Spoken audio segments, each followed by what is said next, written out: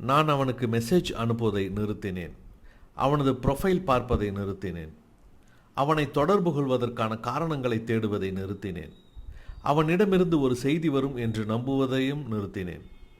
ஏதேனும் ஒன்று அவனை எனக்கு நினைவூட்டிய போது கூட நான் அவனது பெயரை தேடவோ அல்லது அவன் எப்படி இருக்கிறான் என்று எவரிடமும் கேட்கவோ இல்லை. அது எளிதாக இருக்கவில்லை. ஏனென்றால் எனக்குள் இருந்த அன்பு உண்மையானது. ஆனால் சில நேரங்களில் ஒருவரை பிரிந்திருப்பது என்பது எப்போதும் தவிர்க்க முடியாதது. நான் அவனிடமிருந்து விலகியே இருந்தேன். மௌனமே பேசட்டும் என்று விட்டுவிட்டேன். நான் இன்னும் சில நேரங்களில் அவனை பற்றி நினைக்கிறேன். அவன் என்னை பற்றி நினைக்கிறானா என்று இன்னும் யோசிக்கிறேன். ஆனால் நான் இனி காத்திருக்கப் போவதில்லை. அவனுடைய பிரிவை நான் ஏற்றுக்கொண்டு விட்டேன். அந்த நபர் இல்லாமலே அன்பை சுமக்க கற்றுக்கொண்டேன். மீண்டும் அவனை ஒருபோதும் தொந்தரவு செய்யப் போவதில்லை.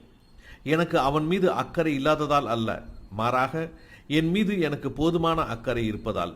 அவன் திரும்பி வர விரும்பியிருந்தால் வந்திருப்பான்.